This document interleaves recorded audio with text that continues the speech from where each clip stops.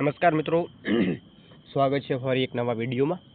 તો આજના આ માનવ જ્ઞાન સેશનમાં તમામ ઉમેદવારોનું સ્વાગત છે। તો આજનો આ મહત્વપૂર્ણ વિડીયો મિત્રો ખાસ રહેવાનો છે, કેમ કે ફરીવાર આપણે એક નવી અપડેટ સાથે મળી રહ્યા છીએ। આવનારી ભરતીના અપડેટો આવી રહ્યા છે, પરંતુ હાલ ફિલહાલ આપણને એક અપડેટ મળ્યા છે જે તમામ ઉમેદવારો માટે ખુશખબરી સ્વરૂપે આપણને જોવા મળી રહ્યા છે। અહીંયા મોસ્ટ ઓફલી જે અપડેટ આપતા હોય છે એમાં સારા સમાચાર હોય છે। તો આજના વિડીયોમાં તમામ ટેટ 1ના ઉમેદવારો હોય કે બીજા અધરવાઇઝ કોઈ ઉમેદવારો હોય એમના માટે આજના આ વિડીયો છે ખાસ યુઝફુલ રહેવાનો છે। વિડીયો ખાસ અંત સુધી નિહાળશો। ચેનલ ઉપર નવા છો, ચેનલને હજી સુધી તમે સબસ્ક્રાઈબ નથી કરી નાખશો મિત્રો, અને ખાસ બેલ આઇકન પ્રેસ નથી કર્યું, ટેલિગ્રામ વોટ્સઅપ ગ્રુપ જોઈન નથી કર્યું તો ખાસ જોઈન કરજો। આજના અપડેટ શું છે એની ઉપર થોડી ચર્ચા કરીએ। તો મિત્રો એના પહેલાં જે ઉમેદવારો ટેટ 1માં કોર્ટ મેટર સાથે સંકળાયેલા હતા અને એ લોકો હાલ ફિલહાલ ભરતીની રાહ જોઈને બેઠેલા છે અને ટેટ 1 પાસ કરી નહોતી, કેમ કે આપણને ખબર છે જે કોર્ટ મેટર અપડેટ જોવા મળી છે એ કોર્ટ મેટરના કારણે ઘણા ઉમેદવારો અટવાઈ ગયા છે, પરંતુ એ અટવાઈ જવાના કારણે એમને ભરતી માટે એલિજિબલ નહોતા ગણ્યા, જેના કારણે થઈ અને એ લોકો અત્યાર સુધી રાહ જોઈને બેઠેલા છે। પરંતુ મિત્રો તમારે ચિંતા કરવાની જરૂર નથી, ઓલરેડી ભરતી આવી ચૂકી છે અને એનો ઓલરેડી આપણે એક વિડીયો છે એ મિત્રો સોશિયલ આપણા પ્લેટફોર્મ ઉપર ઓલરેડી મૂકેલો જ છે, જે તમને અહીંયા તમને જોવા મળી રહ્યું છે।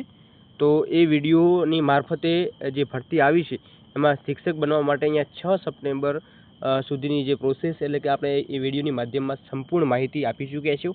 તમે નથી નિહાળ્યો તો અચૂક જોવાનું ભૂલશો નહીં, કેમ કે એ ખાસ મહત્ત્વની અપડેટ છે જેમાં કેટલી ફી ભરવાની છે, કયો સિલેબસ છે, તમે ટેટ 1 પાસ કરેલું જોવે કે પછી તમે પીટીસી કરેલું છે, બીએડ કરેલું છે, કઈ ક્વોલિફિકેશન જોવે છે શિક્ષક બનવા માટે, તો એનો ઓલરેડી આપણે વિડીયો બનાવ્યો છે, ખાસ જોઈ લેજો। હવે આજની આ વિડીયોની શરૂઆત કરીએ તો ફરી ટેટ 1ની ભરતી આવી છે તો એનો આપણે વિડીયો બનાવી રહ્યા છીએ। હા મિત્રો, થોડા સમયથી આપણે વિડીયો લાવી ચૂક્યા નહીં, એનું કારણ છે કે થોડું બીમારીના કારણે હવે રેગ્યુલર મિત્રો નવી અપડેટ આવશે, આપણે મૂકતા રહીશું। તો આજના અપડેટ શું છે એની ઉપર થોડી ચર્ચા કરીએ। તો ગુજરાતમાં વ્યાયામ શિક્ષકોની ભરતી અંગે એક મોટા સમાચારો આવ્યા છે। તો ઘણા ઉમેદવારો વ્યાયામ શિક્ષકો માટે પણ એલિજિબલ હોય છે। રાજ્યમાં 1100થી વધુ જગ્યાઓ પર થશે ભરતી। ઓગસ્ટ મહિનાની ભરતી પ્રક્રિયા થશે વિધિવત પ્રારંભ। દિવાળી સુધીમાં તમામ ભરતી પ્રક્રિયા પૂર્ણ કરાશે। આગામી 2 મહિનામાં નવા શિક્ષકો નિમાશે। 500થી વધુ વિદ્યાર્થીઓવાળી શાળાઓમાં શિક્ષકોની નિમણૂક થશે। ઓછી સંખ્યા ધરાવતી શાળાઓમાં ખેલ સહાયકની ભરતી પણ થશે। શિક્ષણ વિભાગ દ્વારા ભરતીની તૈયારી તેજ કરાઈ છે। લાંબા સમયની રાહ બાદ ઉમેદવારોની અહીંયા જે ખુશી છે છવાઈ રહી છે। રમતગમત ક્ષેત્રે જે કારકિર્દી માટે જે ભરતી આવી ચૂકી છે, તો રાજ્યના શિક્ષણ વિભાગ દ્વારા સરકારી અને ગ્રાન્ટેડ ઇન એડ શાળાઓમાં વ્યાપની શિક્ષકોની ભરતી કરવામાં આવશે, એવું અહીંયા અપડેટ આપણને મળી છે। આના પછી બીજા પણ એક અપડેટ છે, એની પણ તમને માહિતી આપવાનું છું। કોર્ટ મેટરના પણ એક અપડેટ છે, એના પણ તમને માહિતી આપવાનું છું, તો એમને પણ માહિતી નિહાળશો। વ્યાયામ શિક્ષકોની ભરતી કરવામાં આવશે ને મુખ્યમંત્રીની મંજૂરી બાદ રાજ્યમાં કુલ 1141 વ્યાયામ શિક્ષકોની સીધી ભરતી હાથ ધરવામાં આવશે। ભરતી માટે ઉમેદવારોની પસંદગી સ્કૂલ એપ્ટિટ્યૂડ ટેસ્ટ એટલે પરીક્ષાના મેરિટના આધારે થશે। SAT ઉપર તમારું સિલેક્શન પ્રોસેસ થશે। શિક્ષણ વિભાગ દ્વારા બહાર પાડવામાં આવેલા પ્રસ્તાવ અનુસાર રાજ્યની શાળાઓમાં શારીરિક શિક્ષણનું સ્તર મજબૂત બનાવવા અને રમતગમત પ્રવૃત્તિઓને વેગ આપવા માટે નિર્ણય લેવામાં આવ્યો છે। લાંબા સમયની જે રાહ બાદ આ એક મહત્વપૂર્ણ ખુશખબરી આવી છે અને ખાલી પડેલી જગ્યાઓ છે એ મિત્રો ભરવામાં આવશે। તો ભરતી પ્રક્રિયા શરૂ કરવામાં આવી શકે છે, ટૂંક જ સમયમાં પ્રોસેસ પણ હાથ ધરવામાં આવશે। ભરતીની સંપૂર્ણ માહિતી આપો। જગ્યા કેટલી હોઈ શકે છે?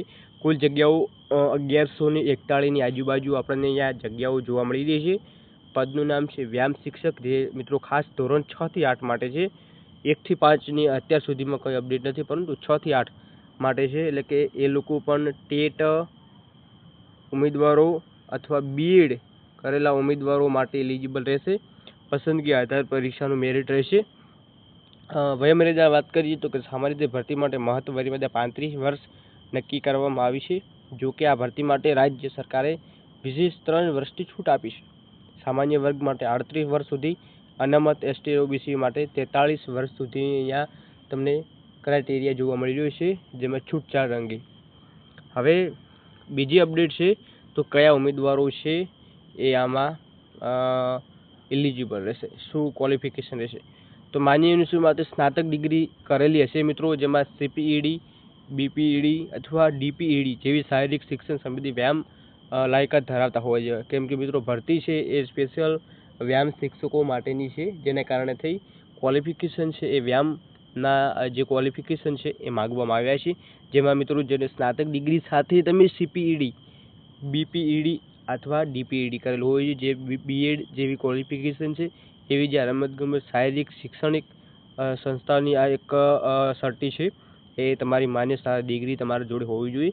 શિક્ષણ સંબંધિત વ્યાયામ લાયકાત ધરાવતા શિક્ષકો માટે પણ એક મહત્ત્વની અપડેટ જોવા મળી રહી છે. તો આ જે અપડેટ છે એ મિત્રો હાલ ફિલહાલ આપણને જોવા મળી રહી છે. અલગ અલગ વ્યાયામ શિક્ષકો છે જ, પરંતુ હાલ ફિલહાલ આ ઉપરાંત રાજ્ય પરીક્ષા બોર્ડ દ્વારા લેવામાં આવતી SAT ફિઝિકલ એજ્યુકેશન પરીક્ષા પાસ હોવી પણ એક ફરજિયાત છે. તો નવા ક્વોલિફિકેશન છે આપણને જોવા મળી રહ્યા છે. લાયકાતમાં પણ ફેરફાર આપણને જોવા મળી રહ્યો છે. અલગ અલગ હોઈ શકે છે લાયકાત. તમને અહીંયા જોવા મળી રહ્યો છે સ્ક્રીન ઉપર કે છેલ્લે જે ફિઝિકલ એજ્યુકેશનની પરીક્ષા છે ઓલરેડી તમારે પાસ કરેલી હોવી જોઈએ. તો ખાસ મિત્રો આવા ક્વોલિફિકેશનો છે એ તમારે ઓલરેડી પાસ કરેલા હોવા જોઈએ, જેના કારણથી તમે આમાં એલિજિબલ હોઈ શકો છો. તો આટલા ડોક્યુમેન્ટ છે, આટલી ક્વોલિફિકેશનો છે એ ઓલરેડી તમારા પાસે હોવી જ ફરજિયાત છે, ત્યારે જ તમે આમાં એલિજિબલ રહેશો. સામાન્ય વર્ગમાં 38 વર્ષ, અનામત વર્ગમાં 43 વર્ષ સુધી મહિલા ઉમેદવારોને વધારાની છૂટ પણ આપવામાં આવી છે. અનામત મહિલા ઉમેદવારો માટે મહત્તમ વયમર્યાદા 48 વર્ષ સુધી રાખવામાં આવી છે. મહિલાઓને અહીંયા મિત્રો ખાસ અહીંયા પ્રમોટ કરવામાં આવી રહ્યું છે. તો ખાસ મહિલા ઉમેદવારો છો તો વધુમાં વધુ આમાં પાર્ટિસિપેટ કરો, જેથી તમને એલિજિબલી બની શકો છો. પગારની સેવાની શરતોની વિગતવાર ચર્ચા કરીએ. નવી નિમણૂક પામનાર ઉમેદવારોને પ્રથમ 5 વર્ષ સુધી સરકારી ફિક્સ પગાર નીતિ મુજબ વેતન આપવામાં આવશે. તો જે ઉમેદવારોમાં એલિજિબલ થશે એમને જે સરકારના નિયમો ધોરણો અનુસાર અહીંયા જે પ્રથમ 5 વર્ષ સુધી સરકારી ફિક્સ પગાર નીતિ મુજબ વેતન આપવામાં આવશે.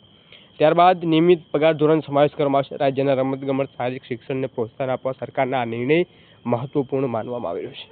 તો આજના વિડીયોમાં બસ આટલું જ. વિડીયો સારો લાગ્યો હોય અને ઇન્ફોર્મેશન સારી લાગી હોય તો વધુ વિડીયો શેર કરશો. અને મિત્રો ચેનલ ઉપર નવા છો, ચેનલને સબસ્ક્રાઈબ નથી કરી નાખજો, કેમ કે આવી જ અપડેટ આપણે રોજ બરોજને લાવતા રહીશું. તો ફરીવાર એક નવા ટોપિક સાથે મળીશું. ત્યાં સુધી જય હિન્દ, જય ભારત.